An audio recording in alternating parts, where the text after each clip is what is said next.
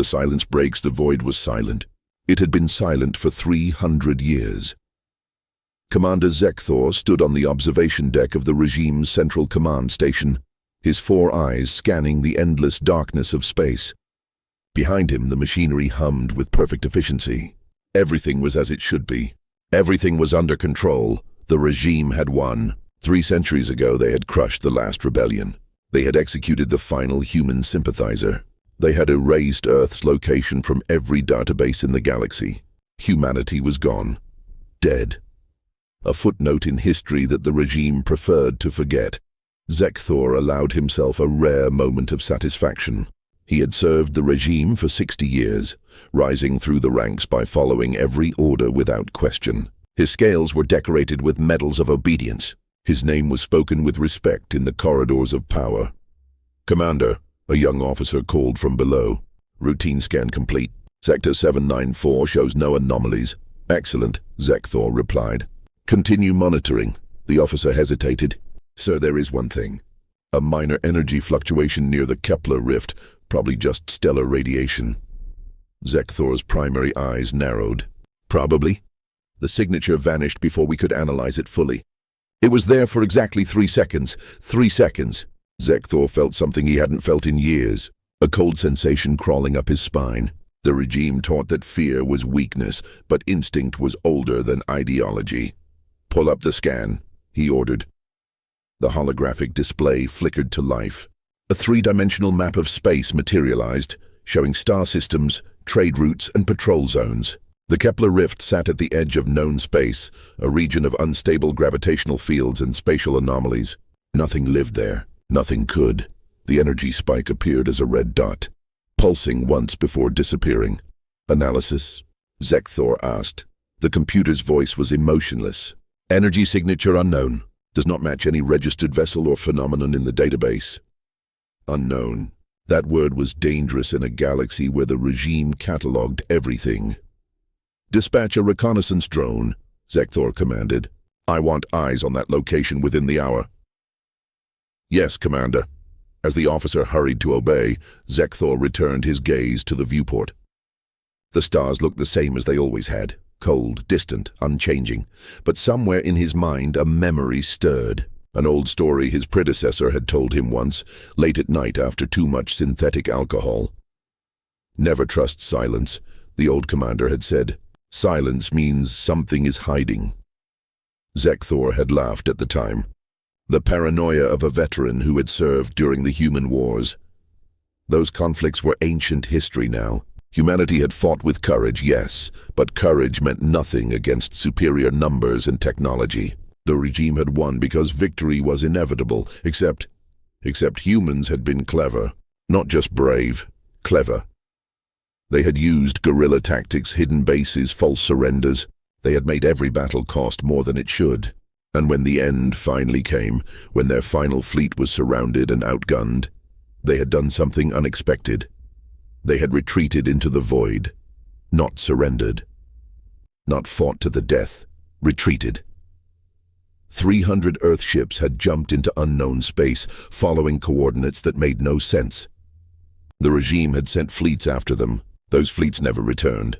After losing 12 entire battle groups, the regime had declared humanity extinct and sealed the records. Zekthor had always assumed the humans had jumped into a black hole or stellar anomaly. A final act of defiance, choosing death on their own terms. But what if... "Commander!" The officer's voice cracked with urgency. "The drone has reached the Kepler rift. You need to see this." Zekthor crossed the deck in 3 strides. The holographic display now showed live footage from the reconnaissance drone. At first he saw nothing unusual, just the swirling chaos of the rift, with its distorted light and warped space. Then he saw it, a shape. Massive. Moving. "Magnify," he ordered. The image zoomed in, and Zekthor felt his heart stop beating. It was a ship, but not like any ship he had ever seen. The hull was dark, almost invisible against space, but sensors detected it clearly. The design was angular, aggressive, covered in markings that the computer couldn't translate. Weapons ports lined every surface. The vessel radiated power even in standby mode, and on the side, In faded paint that had somehow survived 3 centuries in the void were 2 symbols, a flag with stars and stripes, and words in a dead language. USSN Defiance, United States Space Navy. Human. That's impossible, the young officer whispered. Humans are extinct, Zekthor's mind raced. A human warship here now, after 300 years. It shouldn't exist. It couldn't exist. Sir, the ship is powering up, the officer reported, his voice rising with panic. Multiple energy signatures. Weapon systems coming online. They're charging something. Something big. Sound station-wide alert, Zekthor ordered. Raise shields. All defensive platforms to combat readiness. Send an emergency transmission to Central Command. Tell them the communication console exploded with incoming signals. Not from their own fleet, but from across the sector. Regime stations, outposts, patrol ships, all reporting the same thing, human ships. Dozens of them, emerging from dead zones, nebulas, and rifts, all powering up simultaneously, all targeting regime positions. They've been waiting, Zekthor realized, his voice barely a whisper. All this time, they've been watching us, learning, planning. The USSN Defiance completed its power-up sequence. On the drone's display, Zekthor could see the main cannon rotating into position. It was aimed directly at the command station, directly at him. Commander, orders? The officer begged. Zekthor opened his mouth to respond, but no words came. What could he say? What could he do? The regime had taught him to follow protocols, to trust in procedures. But there was no protocol for ghosts returning from the dead. The human ship's cannon glowed with accumulated energy, bright, blinding, and then it fired. The screen went white. The awakening Captain Sarah. Chen had waited 300 years for this moment. Well, technically she had been in cryosleep for most of it, so it felt more like waking up from a long dream. But still, 300 years. That was a long time to hold a grudge. She stood on the bridge of the USSN Defiance, her hands clasped behind her back, watching the tactical display with satisfaction. The regime's command station was now a debris field, its shields overwhelmed by weapons that the enemy thought had been lost to history. Target destroyed. Captain, Lieutenant Commander Marcus Rodriguez reported from the weapons station. His voice was steady, professional, but she could hear the satisfaction underneath. Marcus had lost his entire family in the final battles. He'd earned his revenge. Excellent. Status of the fleet? All 73 vessels have completed emergence and are engaging designated targets. Regime forces are in complete disarray. They're broadcasting emergency signals on all frequencies. Sarah smiled. It wasn't a kind smile. Let them broadcast. Let them panic. They've had 3 centuries of peace. Time they remembered what war feels like. Her executive officer, Commander James Park, stepped up beside her. Captain, we're receiving reports from the other battle groups. The regime's outer defense perimeter has collapsed. Their ships are trying to retreat, but our faster units are intercepting them. No survivors? Sarah asked. James hesitated for just a moment. Per your orders, ma'am. No survivors from military vessels. But we're getting readings on civilian transports trying to flee. Your orders? Sarah turned to face him. James had been her XO for 12 years before the retreat. He knew her better than almost anyone. He knew she wasn't cruel, but he also knew she had made a promise. The regime doesn't distinguish between military and civilian, she said quietly. Every one of their citizens benefits from the empire they built on conquered worlds. Every one of them lives in luxury while our worlds burned. That was 300 years ago, Sarah. James rarely used her first name on the bridge. None of these people were alive during the human wars. No, Sarah agreed. But they inherited the spoils. They built their civilization on our graves, and they never, not once, questioned whether it was right. She walked to the command chair and sat down, her movements deliberate. Target the civilian transports, but broadcast a warning first. Give them 30 seconds to surrender and prepare for boarding. If they comply, we take them prisoner. If they run, we shoot them down. James nodded and relayed the orders. Sarah knew he disagreed with her approach. James always believed in mercy, in being better than the enemy. It was one of the things she had always admired about him. It was also why she couldn't afford to listen to him right now. The tactical display updated as human ships moved into intercept positions. The civilian transports were receiving the warning. Most of them immediately cut their engines and signaled surrender. A few attempted to run. Those few became expanding clouds of plasma. "Captain," the communications officer called out. "We're receiving a transmission from Admiral Blackwood aboard the Vengeance. She reports the attack on Regime Sector Command was successful. Enemy leadership has been eliminated." Sarah nodded. Admiral Catherine Blackwood was leading the second prong of the assault. 300 years ago, Catherine had been a lieutenant, young and idealistic. Cryosleep had preserved her body but not her optimism. She had woken up with the same hunger for justice that burned in all of them. "Tell the Admiral congratulations." "What about the Third Fleet?" "Admiral Torres reports the supply depot at Hadrian's Gate has been captured intact. We now control enough fuel and ammunition to sustain operations for 6 months." Perfect. Everything was going according to plan. The plan they had spent 2 centuries developing while hiding in the void, watching the regime through stolen sensor drones and hacked communication networks. The regime thought humanity had died. They were wrong. Humanity had evolved. "Incoming transmission," the communications officer announced. It's on all frequencies. Public broadcast. The sender identifies as Supreme Chancellor Vothkar of the Galactic regime. Sarah leaned forward. "Put it through!" The main view screen flickered and a face appeared. Zekthor recognized it immediately from the intelligence files. Supreme Chancellor Vothkar was old by regime standards, his scales dulled with age, but his eyes still sharp with intelligence. He wore the ceremonial robes of ultimate authority, every inch the image of power. But Sarah could see the fear beneath the performance. "This is Supreme Chancellor Vothkar to the unknown attackers," he began, his voice amplified across the galaxy. "Your assault on regime territory is an act of war. We demand immediate cessation of hostilities and identification of your faction. The full military might of the Galactic regime will be brought to bear against you if you do not comply within the next standard hour." Sarah stood up slowly. "Open a channel. Galaxy-wide broadcast. Maximum power." The communications officer's fingers flew across his console. "Channel open, Captain. You're transmitting to every inhabited system in the galaxy." Sarah took a breath. This was the moment she had rehearsed in her mind 1,000 times during the long sleep. "Supreme Chancellor Vothkar," she began, her voice clear and cold. "You demand identification? Very well. I am Captain Sarah Chen of the United States Space Navy, commanding officer of the USSN Defiance. The ships currently dismantling your outer territories represent the combined surviving fleet of humanity." She paused, letting that sink in. Across the galaxy, trillions of beings were listening. 300 years ago, your regime declared war on Earth and her colonies. You attacked without provocation. You invaded our worlds. You enslaved our people. And when we fought back, when we dared to defend ourselves, you labeled us terrorists and criminals. Her voice grew harder. You hunted us. You destroyed our homes. You executed our families. And when we had no choice but to retreat, you declared us extinct. You celebrated our genocide. You built monuments to your victory.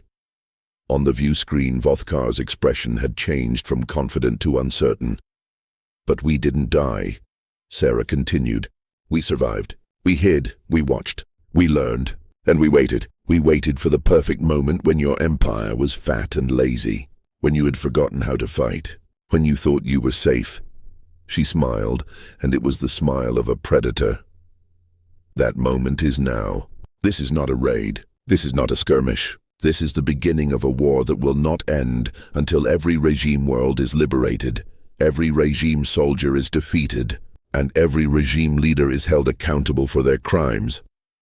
Sarah stepped closer to the camera. "You wanted to erase humanity from the galaxy, Chancellor. You failed. And now, out of the void you thought was empty, we have returned. Not as victims, not as refugees, but as your reckoning." She nodded to the communications officer. The transmission ended. The bridge was silent for a long moment. Then Marcus spoke up from weapons control. "Captain, sensors are detecting massive fleet movements. The regime is mobilizing their core battle groups. At least 400 capital ships heading our way." Sarah returned to her command chair. "Expected. Helm, set course for the Nexus Gate. Full speed." Signal the fleet to regroup at Rally Point Omega. Aye, Captain. As the Defiance turned and accelerated, James moved close enough to speak privately. They're going to throw everything at us now. 400 capital ships against our 73. Those are bad odds. They are, Sarah agreed. If we were planning to fight them head-on, but we're not. We're going to lead them exactly where we want them. The Nexus Gate. James frowned. That's the main hub for all regime territory. If we attack there, we won't be attacking, Sarah interrupted. We'll be revealing. She pulled up a holographic star chart. At the center was the Nexus Gate, a massive structure that connected dozens of trade routes and military supply lines. Beyond it, in every direction, spread the territories of the regime. But Sarah tapped a point beyond the known galaxy, a region marked only as Void Zone 7. 300 years ago, 300 human ships retreated into unknown space, she explained. 73 are here now. Where do you think the other 227 went, James? Understanding dawned on his face. You're kidding. I never kid about revenge, Sarah said. We split our fleet, half focused on survival and planning. The other half went deep, far from regime sensors. And they didn't just hide, James, they built. She zoomed in on the Void Zone, and the display populated with icons. Ship icons, hundreds of them. They built an entire fleet. New ships, new weapons, new soldiers trained specifically for this war. And in approximately 6 hours, when the regime commits their core forces to hunting us down, that fleet is going to emerge behind their supply lines and cut their empire in half. James stared at the display, then at Sarah, then back at the display. That's insane. That's humanity, Sarah corrected. They thought we were simple, aggressive but stupid. They never understood what we really are, and what's that? Sarah's smile returned, sharp as a blade. Patient. The regime fracture's Supreme Chancellor Volthkar watched the tactical display with growing horror. The Situation Room of the Imperial Palace was in chaos. Officers shouted conflicting reports. Generals argued over strategy. Politicians demanded explanations that no one could provide. And through it all, the red dots on the holographic map continued to spread like a disease. Human ships. Everywhere. How is this possible? Demanded General Thraknor, his military decorations clinking as he slammed his fist on the table. Our intelligence reported humans extinct 3 centuries ago. Obviously, Volthkar said icily, our intelligence was wrong. He studied the map with a strategist's eye, trying to find patterns in the chaos. The human attacks weren't random. They were surgical. Every target had been a supply depot, communication relay, or isolated military outpost. Maximum damage with minimum risk. They're testing us, he said aloud, probing our defenses, learning our response patterns. Then we crush them now, Thraknor growled. I've already dispatched Battle Group Dominator to intercept their main fleet. 400 of our finest capital ships against their pathetic 73. The humans will be space dust by nightfall. Volthkar wanted to believe that. He wanted to believe this was a minor insurgency, a desperate last gasp of a dying species. But something about Captain Chen's transmission bothered him. The confidence, the certainty. She wasn't acting like someone who expected to die. She was acting like someone following a plan. Show me the tactical projection, he ordered. Assume our battle group engages and destroys the human fleet. What happens next? A junior analyst nervously operated the holographic controls. The display fast-forwarded, showing the simulated battle. The regime forces caught up with the human ships near the Nexus Gate. A brief engagement. Human casualties 100%. Regime casualties minimal. Victory. There, Thraknor said smugly. Total victory. The human threat ends before it begins. Continue the projection, Volthkar commanded. Show me what happens in the rest of the Empire during this engagement. The analyst obeyed. The map pulled back to show the entire regime territory. And as the simulated battle raged at the Nexus Gate, red dots began appearing across the map. Dozens of them, then hundreds. What is that? Thraknor demanded. Secondary attacks, the analyst explained, his voice shaking. While our main force is committed to the Nexus Gate, the rest of our territory is vulnerable. Even if we win the main battle, we lose 40% of our infrastructure. Unacceptable, Thraknor roared. Recall battle group dominator. We'll divide our forces, defend everything simultaneously. No, Vothkar said quietly. Everyone turned to look at him. That's exactly what they want. We divide our forces, we become weak everywhere instead of strong somewhere. This Captain Chen is not a fool. She's forcing us to choose. He pointed at the Nexus gate. We either commit everything to destroying her fleet and leave our empire vulnerable, or we defend our territory and let her escape. Either way, we lose. The room fell silent as the implications sank in. There's a third option, said a voice from the doorway. Everyone turned. Standing in the entrance was High Inquisitor Shalmar, the head of Regime Internal Security. She was tall even by their species standards, her scales marked with the scars of a dozen interrogations. Where she walked, fear followed. And what option is that? Vothkar asked, though he dreaded the answer. Shalmar glided into the room like a predator. We surrender, the room erupted. Generals shouted. Politicians screamed. Thraknor reached for his sidearm before remembering that Shalmar was protected by both law and lethal combat training. Silence, Vothkar commanded. When the noise subsided, he addressed Shalmar directly. Explain yourself, Inquisitor. The regime does not surrender. The regime survives, Shalmar corrected. And survival sometimes requires tactical retreat. Consider the facts, Chancellor. The humans have returned with advanced technology. They clearly have resources we don't understand. They've demonstrated superior strategic planning. And most importantly, she gestured to the holographic display. They have time on their side. What do you mean? Vothkar asked. They waited 300 years, Shalmar explained. 3 centuries of patience, of planning. They're not desperate, Chancellor. They're methodical, which means this first attack, it's not their endgame. It's their opening move. She manipulated the display, highlighting human ship movements. Look at their targets. They're not trying to conquer territory. They're trying to isolate us, cut our supply lines, disrupt communication. Classic siege tactics. They're preparing for a long war and they're making sure we can't sustain one. Vothkar felt a chill. Shalmar was right. He had assumed the humans were launching a revenge attack, something emotional and impulsive. But this was the opposite. This was cold, calculated, professional. If we surrender, Thraknor said through clenched teeth, the Empire falls. Our subjugated species will rebel. Our allies will abandon us. The regime will crumble within months. And if we fight a war we cannot win, Shalmar countered, the Empire falls anyway. At least surrender gives us time. Time to negotiate. Time to understand their true capabilities. Time to find a weakness. No, Vothkar said firmly. Both Shalmar and Thraknor looked at him in surprise. We will not surrender, but neither will we walk blindly into their trap. He turned to his communication officers. Broadcast this message on all frequencies. To Captain Sarah Chen in the human fleet, the Galactic regime requests a temporary ceasefire for diplomatic negotiations. We propose a neutral meeting location to discuss terms and avoid unnecessary bloodshed. Chancellor, no, Thraknor protested. Negotiating makes us look weak. We are weak, Vothkar snapped. We've been weak for 3 centuries, grown soft on easy victories and subjugated populations. The humans are right about one thing. We forgot how to fight. He straightened his robes, composing himself. But we still remember how to talk. And while we talk, we prepare. We learn. We adapt. You think they'll agree to negotiate? Shalmar asked skeptically. I think Captain Chen is smart enough to consider it, Vothkar replied.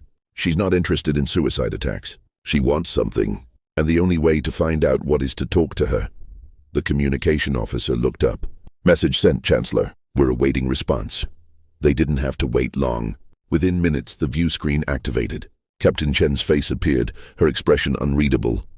Chancellor Vothkar, she said with cold courtesy. I received your request for negotiations. How very civilized of you. Captain Chen, Vothkar replied, matching her tone.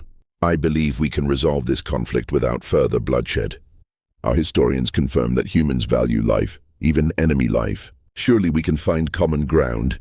Sarah Chen smiled, and Vothkar felt his stomach's turn. It was the smile of someone who held all the cards and knew it. Common ground, she repeated. Interesting choice of words, Chancellor. You destroyed our common ground 300 years ago. You bombed Earth until the oceans boiled. You rendered 7 colony worlds uninhabitable. You executed 3 billion human beings. Her smile vanished. So no, Chancellor. There is no common ground. There is only this: unconditional surrender of all regime military forces, immediate release of all subjugated species, full reparations to be determined by a tribunal of your former victims, and the arrest and trial of all regime leadership for crimes against sentient life. Those terms are impossible, Vothkar said. Then die fighting, Sarah replied simply. Your choice. You have 6 hours to decide. After that, my patience expires, and so does your empire. The transmission ended. Thraknor broke the stunned silence. We fight. We mobilize every ship, every soldier, every weapon. We end this now. No, Vothkar said again. We buy time. He turned to Shalmar. Activate every intelligence asset we have. I want to know where these humans have been hiding. I want to know how many ships they really have. I want to know everything about their technology, their tactics, their leadership structure. That will take weeks, Shalimar protested. Then we stall for weeks. Vothkar faced his generals. Prepare our forces, but do not engage unless attacked directly. Broadcast that we are considering their terms and require time to consult with our government councils. They won't believe that, Thraknor said. They don't have to believe it, Vothkar replied. They just have to tolerate it long enough for us to find their weakness. Because every enemy has one, General, even patient ones. As his officers dispersed to follow orders, Vothkar returned his attention to the tactical display. The red dots had stopped spreading, at least for now. The humans were holding position, waiting for his response. 300 years, he thought. They waited 300 years. What kind of species does that? A dangerous one, his instincts answered, but perhaps also a predictable one. Patience implied caution. Caution implied something to lose. And if the humans had something to lose, something they were protecting, that could be exploited. Vothkar smiled grimly. The humans thought they were playing a long game. But the regime had survived 1,000 wars over 10,000 years. They had outlasted rebellions, internal coups, and economic collapses. They would outlast this too. Captain Chen, he murmured to the empty screen. Let's see just how patient you really are. The hidden cost Sarah Chen stood alone in her quarters, staring at a photograph that shouldn't exist. In the image, a young woman smiled at the camera, holding a little girl, maybe 5 years old. Both had Chen's dark hair and bright eyes. The woman was Sarah herself, age 32, before the war consumed everything. The little girl was Emma, her daughter. The photograph was a printed copy. The original had burned with earth. 300 years ago, Sarah had made a choice. Join the military's desperate evacuation plan, enter cryosleep, and hope to one day return to liberate Earth. Or stay, remain with Emma and her husband, and face whatever came together. She had chosen to leave.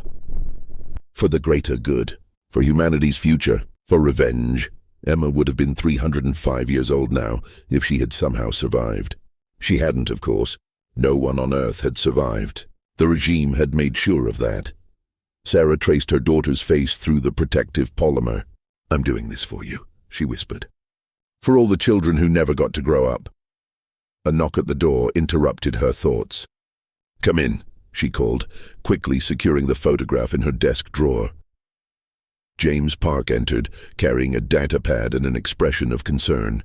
Sorry to disturb you, Captain, but we have a situation. What kind of situation? The diplomatic kind. Chancellor Vothkar has requested another meeting. Private channel, just you and him. He says he has a proposal you need to hear. Sarah raised an eyebrow. Bold of him. What do our intelligence analysts think? They think it's a stalling tactic. He's buying time to mobilize his forces and gather intelligence on us. Obviously, but James hesitated. But Admiral Blackwood suggests we hear him out. She thinks there might be an opportunity for a negotiated settlement. One that doesn't require us to fight every single regime world. Sarah felt anger flash hot in her chest. Catherine wants to negotiate? After everything they did? She wants to minimize casualties, James said carefully. Our casualties? Sarah, we have 73 ships. Even with the reserve fleet, we're outnumbered 20-1. If this turns into a total war, we might win eventually, but at what cost? How many more humans die to avenge the ones already dead? So we just forgive them? Sarah's voice was sharp. Let them walk away. No one said forgive, but maybe accept a compromise that achieves most of our goals without sacrificing everything. Sarah stood abruptly and walked to the viewport. Outside, the Defiance drifted in formation with the rest of the human fleet. 73 ships, 73 last chances. Behind each ship were crews who had sacrificed 3 centuries of normal life, who had said goodbye to everyone they loved, who had gambled everything on this moment. "Schedule the meeting," she said finally. "But have weapons ready. If this is a trap, I want us able to fight our way out."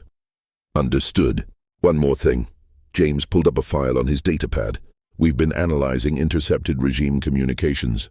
Their military is split. About 40% want to negotiate, 30% want to fight. The remaining 30% are, well, they're preparing for civil war." Sarah turned sharply. "Civil war? Within the regime? Their subjugated species are starting to rebel. Word about humanity's return has spread through the slave populations. They see us as liberators. Some of them are already staging uprisings." A smile tugged at Sarah's lips. "Good. Let them burn from the inside." "Maybe," James said slowly. "Or maybe it's an opportunity. If the regime is fracturing, we don't need to destroy it. We just need to push it over the edge and let it collapse on its own." "You're starting to sound like a politician, James." "Someone has to think beyond tactics, Captain. What happens after we win? Have you thought about that? How do we govern a galaxy? How do we prevent ourselves from becoming exactly what we fought against?"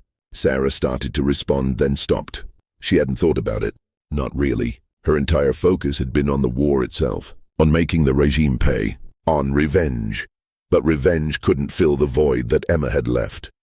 Revenge couldn't bring back Earth. Revenge was just fire, hot and consuming and ultimately hollow. "I don't know," she admitted quietly. "It felt like defeat. I don't know what comes after." James stepped closer. "Then maybe that's why we should listen to Vothkar. Not because we trust him, but because we need to start thinking like builders instead of destroyers."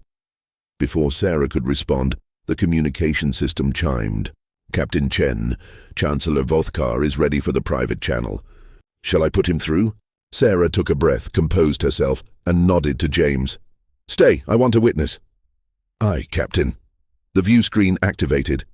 Vothkar appeared, alone in what looked like a private office. He had removed his ceremonial robes and wore a simple tunic. He looked tired, older than before. "Captain Chen," he greeted her.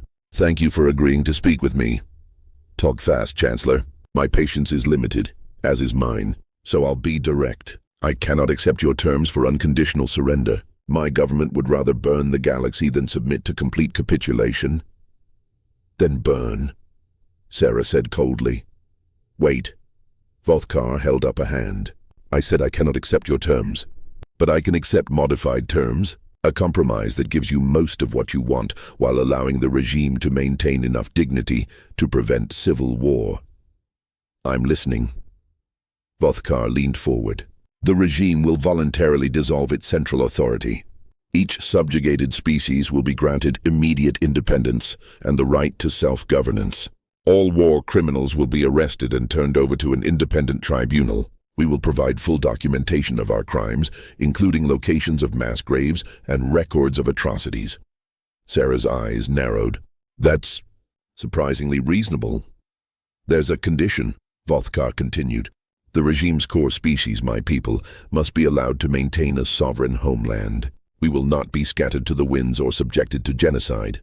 We will accept limitations on our military, reparations, and monitoring, but we will not be exterminated." "Your species tried to exterminate mine," Sarah pointed out. "I know, and I'm deeply ashamed of that. But 2 genocides don't make justice, Captain. They just make extinction." Vothkar's voice was heavy with something that sounded almost like genuine remorse. "You want us to pay for our crimes? We will. You want us to never threaten the galaxy again? We won't, but give us a chance to become something better than we were." Sarah was silent for a long moment. Part of her wanted to reject this immediately. The part that remembered Emma's face. The part that had spent 300 years dreaming of revenge. But another part, quieter but persistent, heard James's words echoing. "What happens after we win?" "I need proof," she said finally. Proof that this isn't just a trick to buy time. Of course. Vothkar pulled up a data file.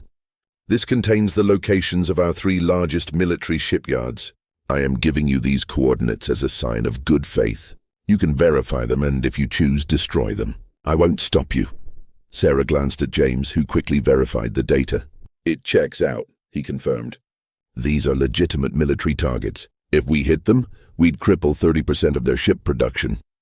Consider it a gift, Vothkar said. Proof that I'm serious about peace. Sarah studied his face, searching for deception. She had interrogated hundreds of prisoners during the war. She knew how to spot lies, and either Vothkar was the greatest actor in the galaxy, or he was genuinely terrified of what continued war would bring. I'll take this proposal to my command staff, Sarah said. But understand this, Chancellor. If I find out you're playing us, if this is some elaborate trap, I won't just destroy those shipyards.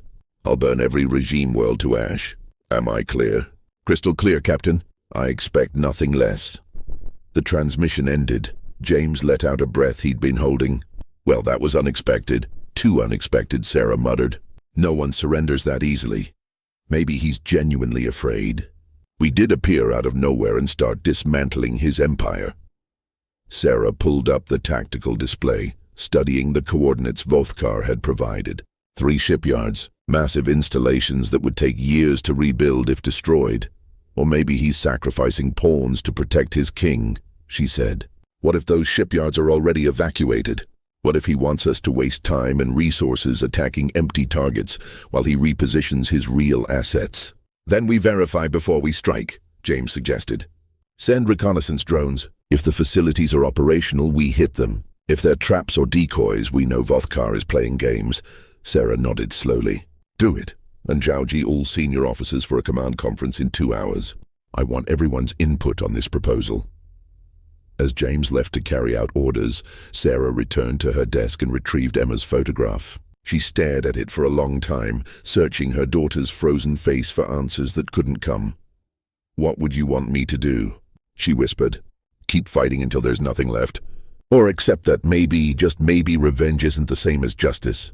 The photograph, of course, said nothing. But somewhere deep in Sarah's heart, beneath the layers of anger and grief and 300 years of cold patience, she thought she knew the answer. Emma would have wanted her to build something better than what had been destroyed. The question was whether Sarah still knew how. 2 hours later, the command conference room was packed. Admiral Blackwood attended via hologram from the Vengeance. Admiral Torres joined from the supply depot they'd captured. Every senior captain in the fleet had a voice at this table. Sarah stood at the head, the photograph of Vothkar's proposal displayed for all to see. Before we begin, she said, I want to be clear. This is a democracy of officers. I'm captain of the Defiance, but I'm not the Empress of humanity. We make this decision together. Admiral Blackwood spoke first. I've reviewed the proposal. It's more generous than I expected. If Vothkar follows through, we achieve 90% of our objectives without prolonged warfare. And if he doesn't follow through? Captain Morrison of the Retribution asked. If this is a trap, then we're no worse off than before, Blackwood replied. We lose nothing by testing his sincerity, except time, countered Captain Yuki Tanaka of the Rising Sun. Every hour we waste on diplomacy is an hour the regime uses to fortify positions and analyze our weaknesses. Admiral Torres cleared his throat. I've run the numbers. Even with our technological advantages, a full-scale war against the regime will cost us. Conservative estimates, we lose 40% of our fleet. Optimistic estimates, 20%. That's thousands of lives. Our people, the last humans. The room fell quiet. They all knew the math. Humanity's entire remaining population was either in this fleet or in the hidden colonies behind Void Zone 7. Every death was irreplaceable. There's another factor, James Park added. The political one. Subjugated species throughout the regime are watching us. If we reject a reasonable peace offer and continue fighting, how do they see us? As liberators or as vengeful conquerors? We're not conquerors, Sarah said sharply. We're victims seeking justice. The line between justice and vengeance is thin, Captain, James replied quietly. and it gets thinner with every battle. Sarah felt anger rise in her throat, but she forced it down. This was exactly what she had asked for. Honest input, different perspectives. "Captain Chen," said a new voice. Dr. Lisa Yamamoto, the fleet's chief medical officer and historian, rarely spoke at command meetings. When she did, everyone listened. "May I offer a historical perspective?" "Please." Dr. Yamamoto pulled up a data file. "I've been studying Earth's history, specifically the pattern of wars of revenge. The 30 Years' War, World War I leading to World War II, the cycle of violence in the Middle East, they all share a common trait. The winner of each war sowed the seeds of the next by being too harsh or too lenient in the piece." She highlighted key passages. "Too harsh, and you create a humiliated population desperate for revenge. Too lenient, and the aggressor never truly learns.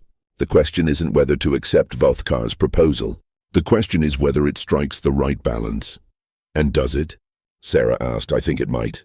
The regime's central authority dissolves. Subjugated species go free. War criminals face justice. But the regime's core population isn't exterminated or eternally punished. They're given a chance at redemption." "Redemption," Sarah repeated, tasting the word like poison. "They destroyed Earth. They killed billions. And we give them redemption?" Dr. Yamamoto met her eyes steadily. "Captain, with respect, redemption isn't for them. It's for us. It's the choice to build something better than the cycle of revenge that destroyed our ancestors again and again." Sarah looked around the table. She saw divided opinions on every face. Some officers agreed with Yamamoto. Others looked ready to fight until their last breath. "Let's vote," she said finally. "All in favor of accepting Vothkar's proposal provisionally, pending verification of his good faith, raise your hand." Slowly. Hands rose. Blackwood, Torres, Yamamoto, James, others. Sarah counted. 16 hands, all opposed. More hands. Morrison, Tanaka, a dozen others. 15 hands, 1 vote difference. And as commanding officer, Sarah held the tiebreaker. Every eye turned to her. Sarah thought of Emma, of Earth, of 300 years of patient planning for this moment. The moment of revenge. But she also thought of James's question, what comes after? "I vote." She paused, feeling the weight of history on her shoulders.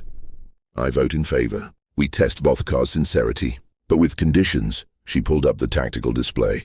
"We verify the shipyard coordinates immediately. If they're legitimate targets, we destroy them as a demonstration of our capabilities. Meanwhile, Vothkar has 48 hours to begin releasing subjugated populations and arresting war criminals. We verify each step. One false move and we resume total war." "And if he complies with everything?" Blackwood asked. "Then we start discussing long-term peace terms. A framework that ensures the regime never threatens anyone again, but doesn't completely destroy them. A hard peace, but not an impossible one." Sarah looked at each officer in turn. "But understand this. I'm not doing this out of mercy for the regime. I'm doing this for us. Because I don't want humanity's legacy to be that we became exactly what we fought against. We're better than that. We have to be." Silence filled the room for a long moment. Then Captain Morrison, who had voted against the proposal, nodded slowly. "I disagree with your choice, Captain, but I'll follow your orders. That's what we do." Others echoed the sentiment. Not everyone was happy, but everyone was united. That would have to be enough. "Good. Dismissed. James, stay behind." As the other officers filed out, Sarah slumped in her chair. The weight of command felt heavier than it ever had. "You made the right choice," James said. "Did I? Or did I just betray 300 years of sacrifice?" "You honored it. Sacrifice means nothing if we don't build something worth the cost." James placed a hand on her shoulder. "Emma would be proud of you." Sarah's breath caught. "How did you—" "I've known you for 15 years, Sarah. I know what you keep in your desk drawer. I know what drives you." His voice was gentle. "But I also know that little girl wouldn't want you to destroy yourself for her memory. She'd want you to live, to build, to hope." Tears threatened, but Sarah blinked them back. Captains didn't cry. Commanders didn't show weakness, except she was tired. So tired of being strong. "What if Vothkar is lying?" she whispered. "What if I just threw away our best chance at justice? Then we fight, and we win, Because that's what humans do. James smiled. But I don't think he's lying. I think he's terrified. And terrified people sometimes make better peace partners than confident ones. Sarah nodded, composing herself. All right, let's verify those coordinates. And James, yes, thank you for being the conscience I sometimes forget to listen to. That's what executive officers are for, Captain. That and making sure you actually sleep occasionally. Despite everything, Sarah laughed. It felt strange. She couldn't remember the last time she'd laughed. Maybe that was a sign.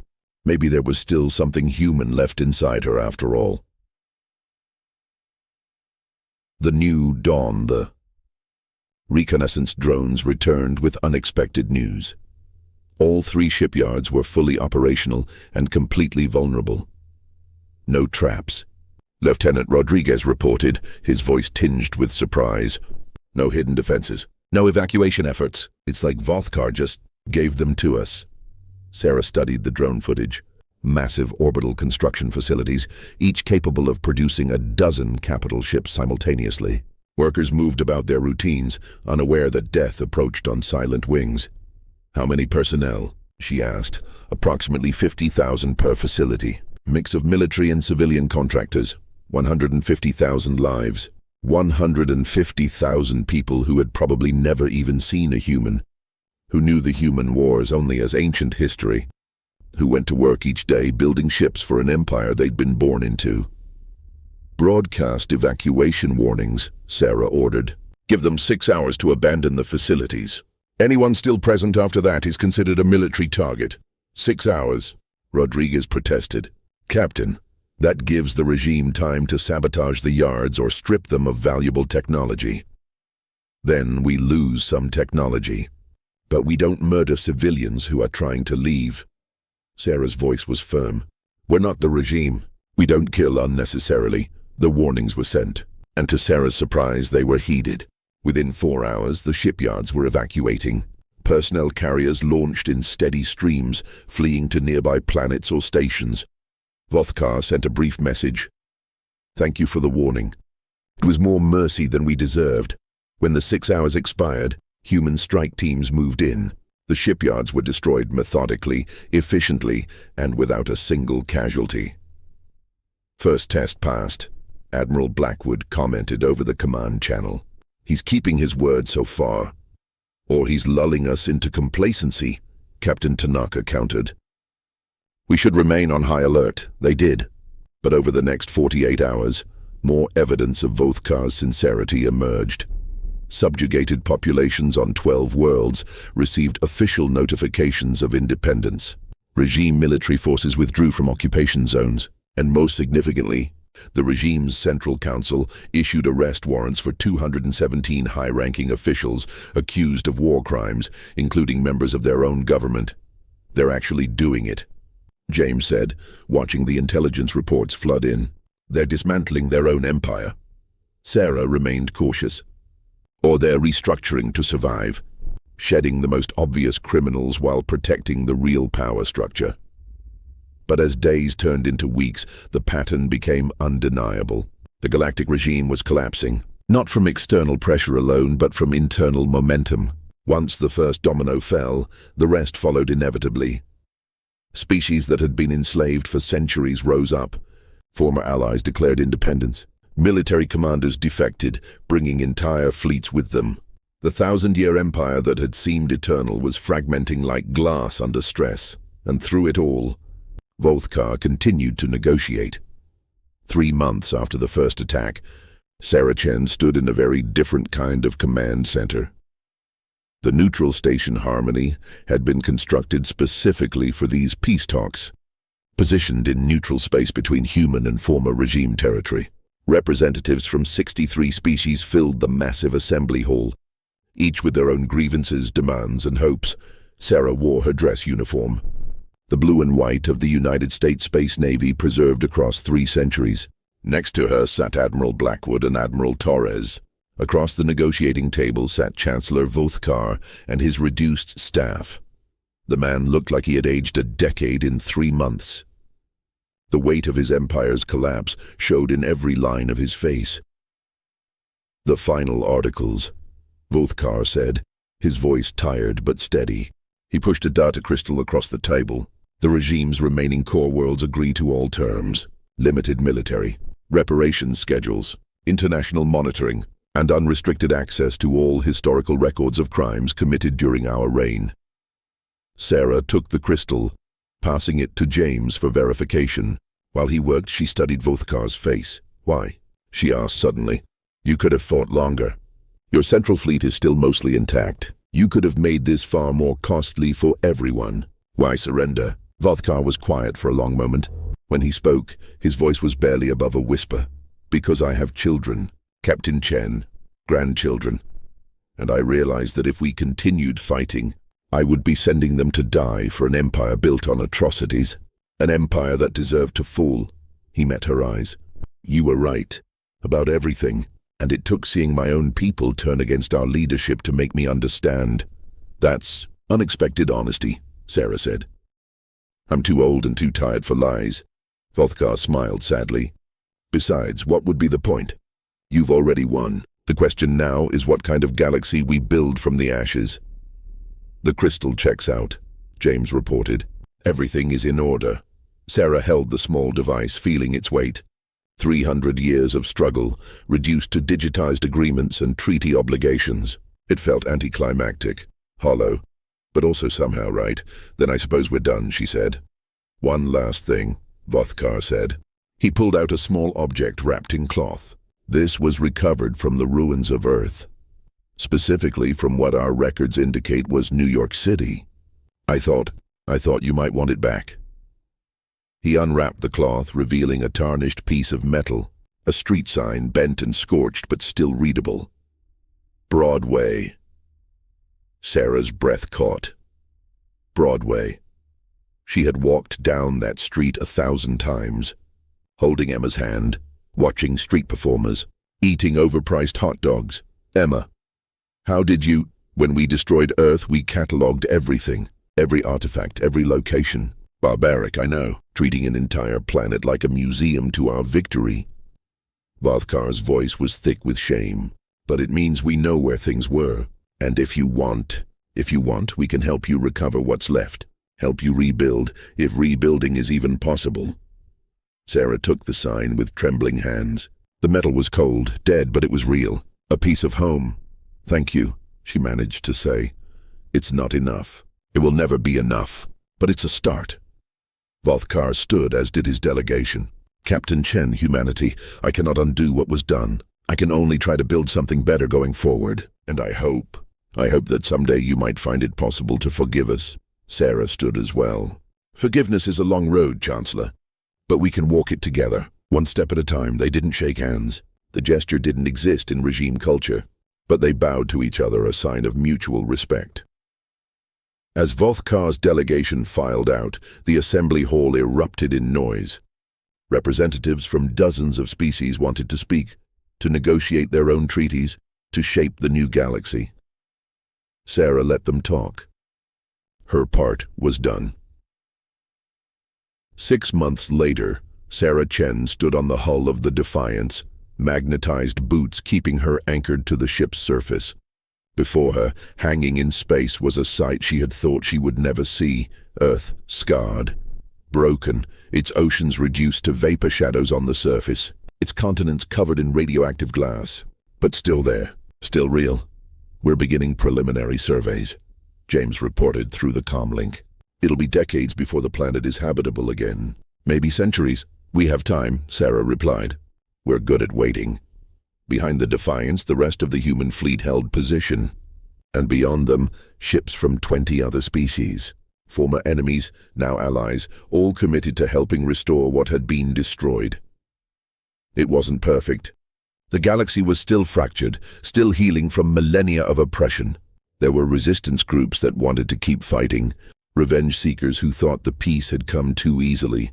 But it was a start. Sarah pulled out the photograph of Emma. She had carried it through 300 years, through countless battles, through despair and rage, and finally, somehow hope. "I did it, baby girl," she whispered. "I didn't destroy them, but I changed them, changed everything. I hope that's enough."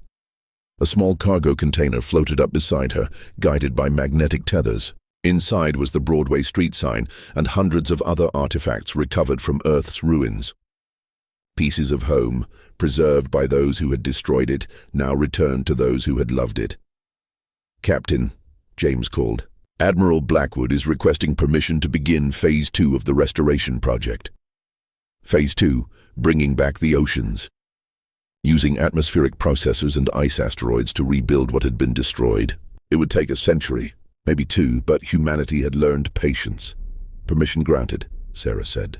"Let's bring Earth back to life."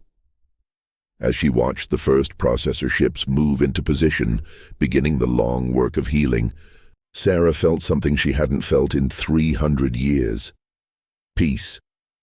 Not the false peace of surrender, not the cold peace of the grave, but real peace, the kind that comes from choosing to build instead of destroy, from choosing hope over revenge.